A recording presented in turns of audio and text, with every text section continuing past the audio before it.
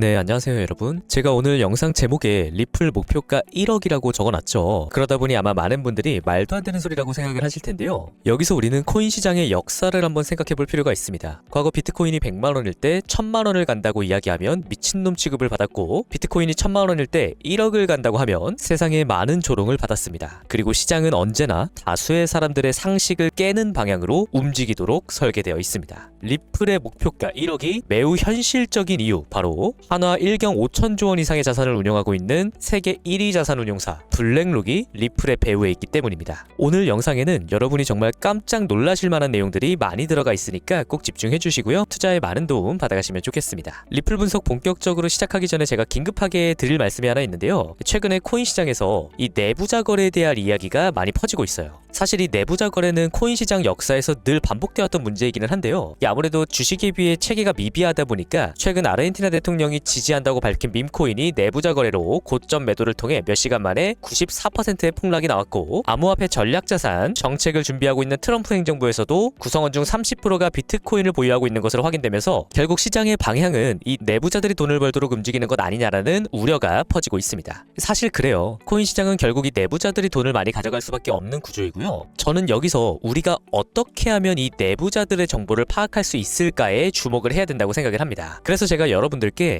각 코인별 현재 내부자들의 포지션이 어떻게 구성되어 있는지를 정리를 해드릴 겁니다. 이렇게 특정 지갑 주소들을 기준으로 해서 해외 사이트를 통해 내부자들의 매매 동향을 우리가 파악해볼 수가 있거든요. 그리고 이 지표는 일반 투자자들에게 매우 강력한 선행 지표의 역할을 합니다. 다만 제가 영상에서 모든 코인들의 정보를 전달해드리기에는 당장 업비트만 해도 수백 개의 코인이 상장되어 있기 때문에 조금 무리가 있습니다. 그래서 제가 구독자분들은 당연히 별도의 조건 없이 요청해주시는 분들에 한해서 이 코인들의 내부자 매매 동향을 정리를 해드릴 거니까 화면 아래에 보이는 제 번호로 9번이라고 보내주시면 제가 최대한 신속하게 답변 드릴 수 있도록 하겠습니다. 아무쪼록 여러분 투자하시는데 많은 도움이 되길 바라고요. 말씀드리다 보니까 서론이 조금 길어졌는데 이제 바로 리플 분석으로 들어가 보도록 할게요. 앞서 영상 초반에 말씀드렸다시피 한화 1경 5천조 원 이상의 자산을 운용하고 있는 세계 최대 자산운용사 블랙록이 리플에 숨겨져 있는 배후입니다. 어제자로 블랙록이 리플 ETF 출시를 준비하고 있다라는 소식이 나왔는데, 사실 이 블랙록의 리플 ETF 출시가 처음 나온 소식은 아니에요. 작년 11월 블랙록과 JP모건이 리플 기반의 ETF 신청을 준비 중이라는 보도가 이미 나왔고, 근데 이 당시에는 다음 달에 블랙록이 리플 ETF 출시 계획이 없다라고 확인을 해주면서 실제 리플의 상승세가 조금 꺾이는 국면이 발생을 했었습니다. 그런데 여러분, 과연 이 블랙록이 정말 리플 ETF 출시 계획이 없는 게 맞을까요? 아닙니다. 블랙록은 리플 ETF를 출시할 겁니다. 왜냐하면 이들은 이미 대중들에게 드러나지 않는 방식으로 매우 밀접하게 연결되어 있기 때문이에요. 지금부터 굉장히 중요한 내용이니까 여러분 잘 따라와 주세요. 리플사의 주요 투자자 목록을 한번 보시면 일본의 SBI 홀딩스가 리플랩스 초기 지분의 8.76%를 차지한 최대 외부 투자자입니다. 그래서 현재 이 SBI 홀딩스가 리플의 여러 가지 프로젝트에 전방위적인 지원을 해주고 있는데요. 실제 SBI 홀딩스 본사 홈페이지를 보시면 블랙록과 SBI 홀딩스는 자산운용 분야에서 매우 밀접한 협력 관계를 맺고 있습니다. 제가 한글로 좀 번역해드릴게요. 이 둘은 2022년 3월 SBI 자산운용을 통해 블랙록의 아이쉐어즈 ETF를 활용한 공모펀드 SBI 아이쉐어즈 미국 밸런스를 출시했습니다. 이미 ETF 시장에서 블랙록과 이 SBI 홀딩스가 협력 관계를 맺고 있다는 이야기고요. 아마 여러분 여기까지만 보시면 아무리 그래도 블랙록과 리플이 뭔가 직접적인 연결관계가 있는 건 아니지 않느냐라고 생각되실 수가 있는데, 블랙록의 리플 ETF 출시 관련 최초 보도가 나왔던 게 작년 11월이었어요. 이때는 블랙록뿐만 아니라 JP모건까지 리플 ETF 계획을 준비하고 있다라는 소식이었는데요. 놀랍게도 해당 보도가 나오기 1년 전 리플, 블랙록, JP모건은 함께 파생상품협회 ISDA의 회원으로 합류합니다. 여기서 이들이 합류한 협회가 ISDA, 바로 파생상품협회라는 것이 굉장히 중요한 포인트인데요. 코인 시장에서 ETF 출시 간의 가장 중요한 포인트는 해당 코인이 증권으로 분류되느냐 아니면 상품으로 분류되느냐 여부예요. 왜냐하면 증권으로 분류될 경우에는 SEC 증권거래위원회의 규제를 받게 되기 때문에 보다 엄격한 규제 요건으로 ETF 출시가 어려워지는 반면, 앞서 비트코인과 이더리움이 그랬듯이 해당 코인이 상품으로 분류된다면 SEC가 아니라 CFTC 상품선물거래위원회의 관할로 넘어가게 되면서 보다 완화된 규제 지침을 받게 됩니다. 그래서 앞서 비트코인과 이더리움 또한 ETF 출시로 직결될 수 있었던 것이죠. 그리고 리플이 블랙록, JP모건과 함께 이 파생상품협회에 공식적으로 가입을 했다는 것은 향후 리플이 증권이 아닌 상품임을 인정받을 수 있는 법적 근거를 확보하기 위한 이들의 작업이었을 가능성이 대단히 대단히 높다는 겁니다. 왜 이들이 함께 파생상품협회에 가입을 하게 된 것인지 여러분 이해가 되시나요? 결국 이것의 최종 목적은 바로 리플 ETF 출시가 계획되어 있다라는 것이고, 올해 초부터 지속적으로 JP모건이 리플 ETF가 최대 80억 달러 유치가 가능하다라는 식으로 언론 플레이를 하는 이유 또한 바로 블랙록과 함께 JP모건 또한 리플 ETF 출시의 당사자이기 때문이다라고 저는 확신하고 있습니다. 그리고 어젯밤 이 ETF 출시에 매우 결정적인 보도가 나왔는데, 현재 SEC가 리플의 상품성을 검토 중이다라고 발표했습니다. 제가 방금 말씀드렸다시피 이것은 리플 ETF 출시에도 매우 긍정적인 요인으로 작용을 하는 동시에, 현재 SEC와 리플 간의 소송, 바로 리플의 증권성 여부를 다투는 소송에서도 SEC가 자신들의 입장을 변화시키고 있는 것이 아니냐라는 분석이 나올 수밖에 없는데요. 사실 이제야 SEC가 정상적인 방향으로 움직이고 있다고 이야기할 수 있습니다. 기억하시는 분들도 계시겠지만 SEC가 리플은 증권이라고 규정하는 반면에 이더리움은 상품이라고 규정을 했었거든요. 근데 애초에 이더리움은 증권이 아니라 상품인데 리플은 증권이다라고 간주한다는 것 자체가 말이 안 돼요. 이더리움은 ICO를 통해서 발행이 됐고, 당시 조달했던 금액을 플랫폼 구축에 활용을 했습니다. 이것은 정확히 리플과 동일한 자금 조달 방법이었죠. 그리고 SEC가 지금 리플을 증권이라고 간주하려고 했던 이유도 바로 이러한 자금 조달 방식 때문이었는데, 동일한 방식인 이더리움은 상품이라고 이야기를 하고 있는 거예요. 그래서 애초에 이 소송 자체가 전혀 말이 안 되는 소송이었다라는 것이고, 트럼프 행정부 출범 이후 현재 임시위원장 마크 우에다를 필두로 친암호화폐 노선으로 변화하고 있는 SEC가 이제야 자신들의 모순을 잡아내고 있는 과정이다라고 이야기를 할 수가 있습니다. 그리고 앞서 리플과 동일하게 이 증권성 여부를 다투는 소송을 진행하고 있던 크라켄과의 소송 또한 SEC가 3월 4일 취하하기로 최종 결정을 내렸고, 바로 다음날 컴벌랜드와의 소송 또한 기각에 합의를 이르렀습니다. 게다가 2월 말에는 코인베이스와의 소송까지 철회하기로 최종 결정을 내리면서 이제 리플과 SEC의 소송 또한 반드시 마무리가 될 것이고요. 그 이후 블랙록은 본격적으로 리플 ETF 출시라는 자신들의 계획을 공개적으로 드러내기 시작할 겁니다. 앞으로도 시장은 우리들에게 많은 변동성을 보여주겠지만, 그럼에도 불구하고 리플만큼은 여러분 단기적인 변동성에 절대 흔들리지 말고 우리가 장기적 관점에서 반드시 보유하고 있어야만 하는 코인이다라는 점 꼭 기억을 해주시면 좋겠습니다. 이제 오늘 영상의 관점은 여기까지이고요. 계속해서 제 실시간 관점을 따라오고 싶으신 분들은 이 공식 텔레그램 소통방에 입장하셔서 확인을 해주시면 됩니다. 별도의 입장 조건 같은 거 없이 구독자분들 누구나 자유롭게 들어오실 수 있는 방이니까 언제라도 편하게 입장해주시면 되시고요. 추가적으로 나머지 알트코인들을 통한 급등 수익은 여러분들 매일 챙겨가실 수 있도록 9번 급등코인이라고 저한테 보내주시면 제가 이렇게 매수가, 매도가, 손절가까지 모두 정리해서 문자로 전달을 해드리고 있습니다. 매일 아침 저녁 하루 2번씩 유동성이 폭발할 확률이 높은 코인들을 제가 정리해서 보내드리고 있으니까 아무쪼록 여러분 수익 내시는데 조금이나마 도움이 되었으면 좋겠습니다. 그럼 오늘도 영상 끝까지 시청해주셔서 감사하고요. 3월 15일 리플 분석은 여기에서 마치도록 하겠습니다.